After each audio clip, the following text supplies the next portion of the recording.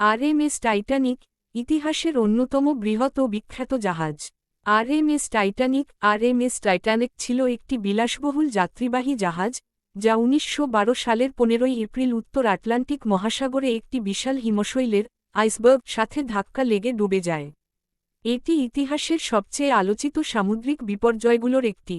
টাইটানিকের নির্মাণ ও বিশেষ বৈশিষ্ট্য। নির্মাণ শুরু ৩১ মার্চ ১৯০৯। প্রথম যাত্রা ১০ এপ্রিল ১৯১২।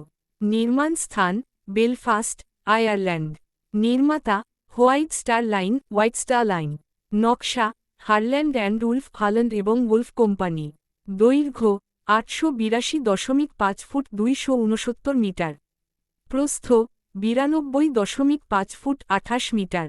ওজন প্রায় ৪৬,৩২৮ টন। গতি ২৩ নটস প্রায় ৪২.৬ কিলোমিটার ঘণ্টা। তারাচিহ্ন দুর্ঘট।